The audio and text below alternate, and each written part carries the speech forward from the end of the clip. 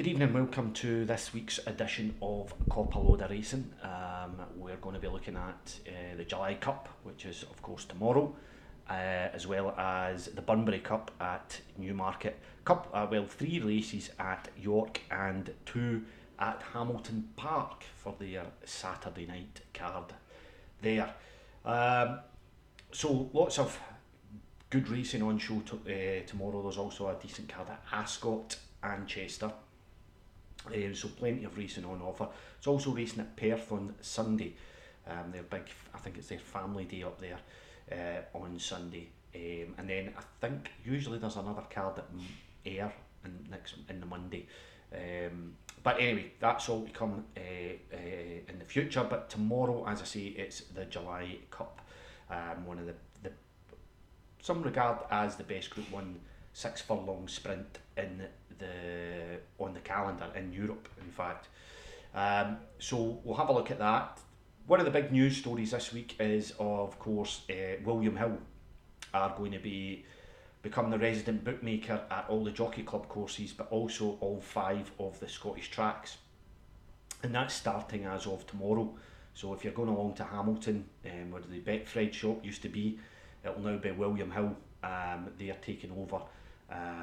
They're going to be the resident bookmakers, as I say, around all the Scottish tracks and I think I read all the Jockey Club courses as well. So it's a big move. William Hill have had a strong association with Scottish racing for a while, sponsoring the likes of the Ergo Cup, for example. And yeah, we'll see how it works out. It's a familiar name on the high street, of course, William Hill. You know, a lot of people are used to seeing the name, and when they see it on track, I think it will do them a big favour. It'll give them a more bigger profile, William Hill. That people might say they don't really need as big a profile as what they've got, but as I say, getting in there on the racetracks is going to be a big thing. You know, it's not monopolised. We've seen the places like Chester do really well with just their Chester bet, and I think Ascot tomorrow are starting with the Ascot bet facilities. So a lot of courses have tried it out, being independent, but obviously this is William Hill. They're one of the biggest bookmakers in the country. So we'll see how that goes. So as I say, you'll notice that tomorrow when you go along to Hamilton, and on Sunday when you go to Perth there. So, as I say, we'll speak about Hamilton. I've got a couple of decent races tomorrow night that I'm going to look at for you. But let's start off at Newmarket. Again, the racing starts off slightly earlier than usual because of the football. There's the 3rd, 4th place playoff tomorrow, which of course involves England against Belgium. So, you know, I think it's good that the sport is accommodating things. There was a big talk this week about if England had made it to the final, especially what Wimbledon would have done.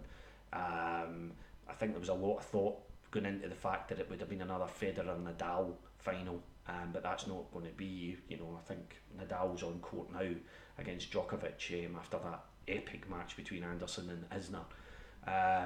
That they should move the Wimbledon final maybe to an earlier time, maybe 12 o'clock, so that it was well finished for the football kicking off. The World Cup final, of course, kicks off at 4.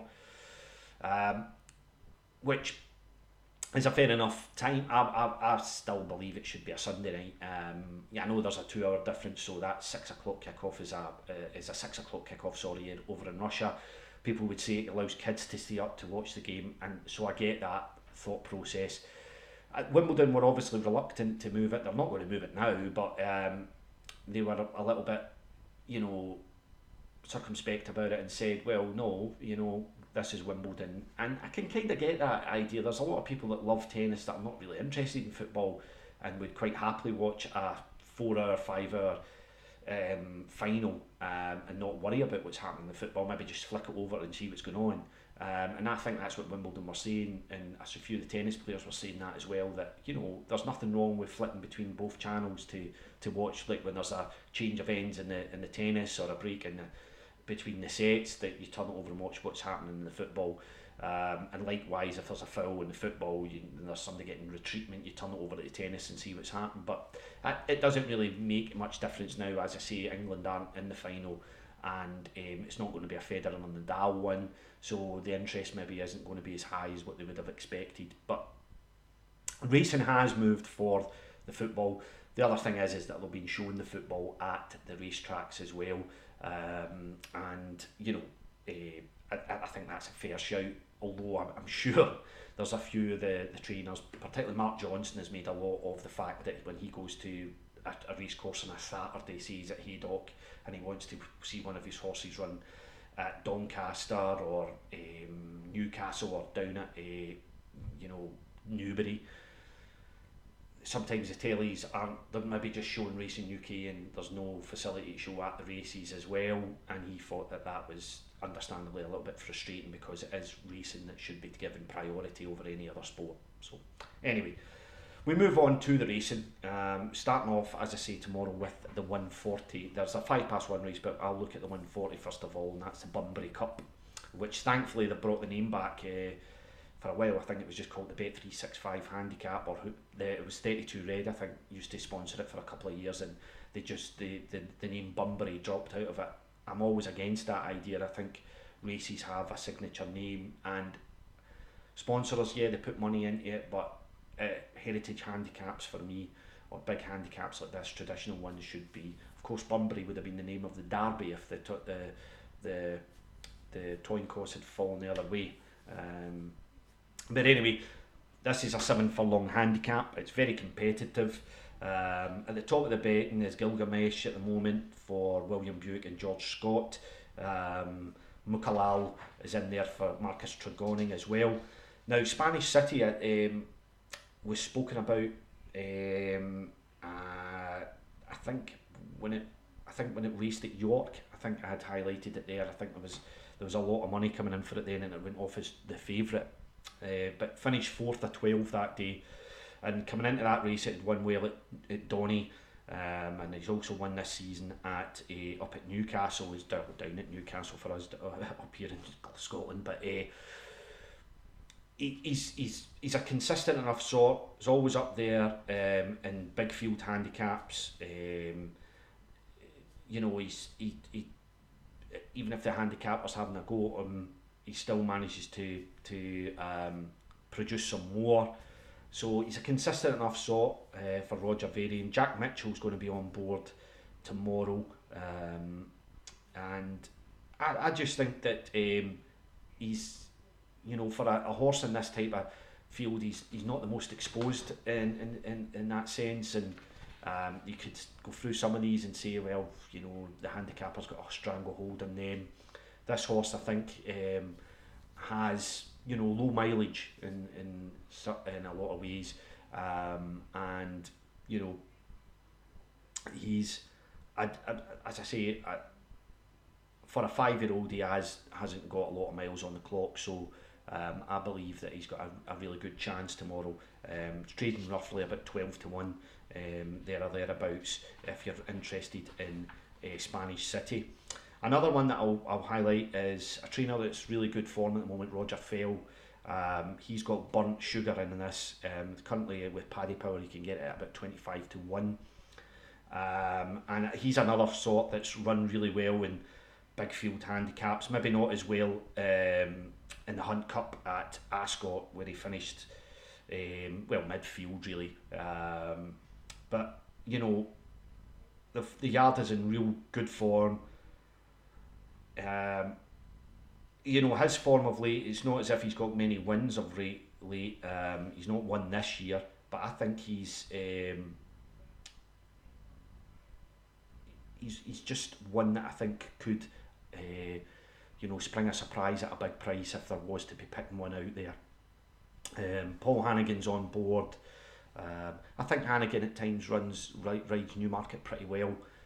Straight course, big field handicaps, he can sometimes get a horse going, and if he gets it out in front, not saying that that's what he's going to do with Burnt Sugar, but he's got a decent record at Newmarket, Paul, and I think this horse, primarily I would say because of the trainer's form, that this horse could put in a pretty decent performance in the Hunt, not the Hunt Cup, the Bunbury Cup that race is at 140, as I say. Now the big race of the day, the Group 1 race of the day, is the Darley July Cup, and that is at 2:15.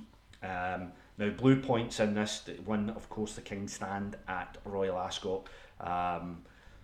Messing up for a lot of people, because people were looking at, of course, the big smash up in that race between Lady Aurelia and Batash, and that never really materialised because Blue Point was the one that came. Batash went out a bit was maybe out in front too soon, burnt up a lot of energy, and Blue Point just stalked him in behind, and William Buick rode it beautifully. Obviously stepping up an extra furlong. Don't see that being a major issue for this horse. You know, he's definitely has the merits for being at the head of the market. There's no, without a doubt there.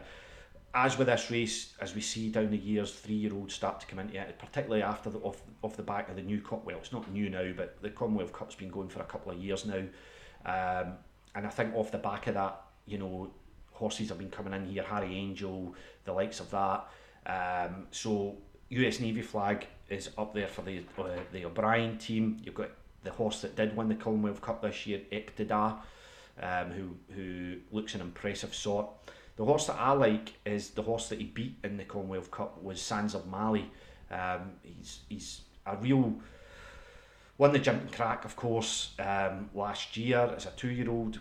He's won at Shanty this year. He also won at Haydock. There have been narrow victories, I'll give you that, against his own age group. He's now taking on his elders. Gets compensated for that in terms of how much weight they've got to carry. They carry £6 less than the older horses. And in the Commonwealth Cup, I just think he ran a bit with the choke out. Sands of Mali, Paul Hannigan had to try and get cover, and then he did do that, and then with about a full and a half out, he asked him to go, and I think that by that stage the horses on the near side, which Sands of Mali was in, it was a smallish group, began to realise that the horses in the middle were away, you know, and Sands of Mali tried to chase down Iqtidar, who'd started to come across and drift over. I think there was a slight bump, but it was just, I think, after the line, if memory serves me correctly. But I think Sands of Mali has the chance to turn that form around. They're 3-year-olds, so you maybe expect there's still some improvement to come. And I'd certainly feel that with Sands of Mali. Again, the reports coming back from the jockeys about the ground, some of the trainers as well. I think was it Tim Easterby said that it was beautiful ground down at Newmarket in the July course this week for the July meeting. We've had some cracking racing there, by the way, the past couple of days. I've not managed to see all due to work commitments, but I've been catching up like I will do tonight on the Friday action. But we've seen some really impressive performances in there. And you know, that will hopefully continue tomorrow. But we've seen impressive winners today of the Falmouth, for example. But now we're going to obviously focus now on this the July Cup, and as I say, Sands of Mali I think has a really good chance to turn that around. Round about 8-1 at the moment, and Paul Hannigan's won this race before with Muharar. And on Mason as well, so he's got a decent record in the race. Another horse at a bigger price is a former Air Gold Cup winner, in fact, Brando, who came back. He won the Group 3 race back at the April meeting at Newmarket on the Royal Mile course. Didn't follow up that as well. Didn't run that well at the Curragh to follow that up. That's fair enough, and also ran in a small field in the Group 2 race at York at the May meeting. The Duke of York Stakes in it. But anyway, I still think this he seems to run well in this. I backed him last year when he put in a brilliant performance in this race at a big price, and not to say that he can't run another cracker again for Kevin Ryan. So Tom Eves gets on really well with this horse as well. So at 14-1, I think he might be worth a wee each way squeak. Right, moving on to York. They start off at 155, and they've got another sprint race. It's a listed race over 5 furlongs, John Smith City Wall Stakes. Muthmer is in this, having run in the Coral Charge last week, and I thought was a little bit unlucky to be squeaked out of that one. So I think he's got a real excellent chance here. Dana Neal's back on board, and yeah, I'm really sticking with Muthmere for that race. That's the 155 there. Mr. Lupton for Richard Fahey. He's in the race. He's at 8-1. It's quite a competitive little listed race. He was in that same race last week at Sandown. They never. I don't think it went. The race didn't pan out from where he needs a quick pace out front, Mr. Lupton, to hit that. And yeah, I think he's. No, I mean, this is Group 3, Group listed company. It's the same type of field from last week. Although, as I say, this is listed. I think Mr. Lupton could run a decent race. Won at York back in May as well. So yeah, got a chance, Mr. Lupton. The 310, we have the John Smith's Racing Handicap over 7 furlongs. The horse that I'm going to pick out here is Get Knotted. I've picked him a few times on the vlog. He's a course and distance winner. Always acquits himself really well at York. It's a consistent enough sort. And yeah, the Mulrennan Dodds partnership, which always seems to work well at York, I think Get Knotted there. You know, he's you know, as I say, this is actually a wee bit more. He's 1/7 at York, but this is a step up to just shy of a mile. But I don't think that'll be any issue, because he's quite he seems to have you know, he's strong at the finish. Get Knotted, so I don't think that extra extra furlong will be of any real major problem. Now the 340 is a big competitive handicap. It's the old John Smith's Cup over just the extended mile and a quarter. Master Carpenter's coming into this, and Dash of Spice, of course, who was one of those big plunge bets at the Royal Ascot and the Duke of Edinburgh Stakes. They're at the head of the market.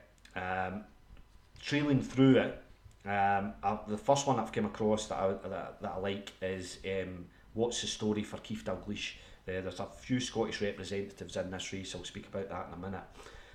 This horse won back at last month at Newcastle, and he was 4th in the Royal Hunt Cup. I think he's well weighted for this race. His trip's not a problem. Keith Dalglish is in reasonably good form. Yeah, I quite like the look of What's the Story. Around about 16-1 there for the Dalglish yard. Now, Sir Chauvelin and Auchenglen are in this race as well for Jim Goldie. Both are in really good form after brilliant performances at Newcastle. Problem is, I think for Auchenglen, I think and for Sir Chauvelin, you know, they're both ran in the Northumberland Plate and the consolation race for that a big handicap, respectively, both of them, and they were both placed. Auchenglen just touched off, and Sir Chauvelin finished strongly. To, as I say, both place in those respective races. But that was over 2 miles. They're dropping back now, and I just think it might be too sharp for them. It's a big galloping track, of course, just like Newcastle is, and you know, you can get yourself going in that straight. And if they go out strong, I would give them a chance. But you know, I just think there might be just a couple of horses more in the field that are just too sharp for them. But anyway, best of luck to Jim and to Keith tomorrow in the big race at York. Now, moving on to the Saturday night clip. First of all, I need to take a wee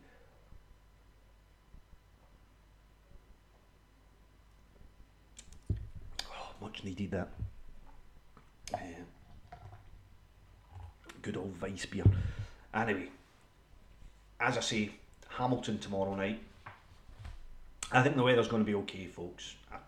Fingers crossed. It's been great all summer, but speaking to the folks at Hamilton earlier in the week, I think they were more panicking about next week's big Friday meeting, the Mid-Fair Friday card, which is the biggest card that they've got. It's brilliant racing. You've got the Scottish Stewards Cup and you've got the Glasgow Stakes, and I think they're just hoping that the weather holds out next week. They'll be glad of some rain. I'm sure the course would be satisfied for that. Let it rain during the week, get the ground a little bit, wee bit of juice in it. I think some trainers would be happy to see a course that's maybe just got good ground, or even good to soft in the description. But it's going to take a bit of power of rain for that to possibly happen. It will rain next week, but it would be nice if it's still dry, if it's a dry night on next Friday. Fingers crossed for them, because it's a great night. Anyway, let's look at tomorrow night, because this is one of their big Saturday cards where they've got music and all that on, and I think the gates open early so you can get in there and enjoy yourself, enjoy the weather. As I say, hopefully it will remain dry. And then some decent action at night as well. We've got a 7 race card. The 2 races I'm going to look at, the first one is at 7 o'clock. The GFM Electrical Limited Services and Facilities Management Handicap. Over 6 furlongs. Decent prize for the winner, just under $7,000. 6 runners in it.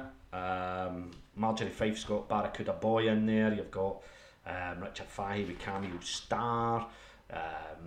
Muatadale for Roger Fell, who's, as I say, is in good form. Mujasam for David O'Meara, and then you've got Zanetto for John Quinn. But I'm looking at Paul Midgley, who isn't shy of sending a horse up to Scotland and getting a winner, particularly in some of those big sprints at Musselburgh. So he sent up good old hee-haw, which is a great Scottish term. And let's hope he doesn't win hee-haw. He's a course and distance winner. He's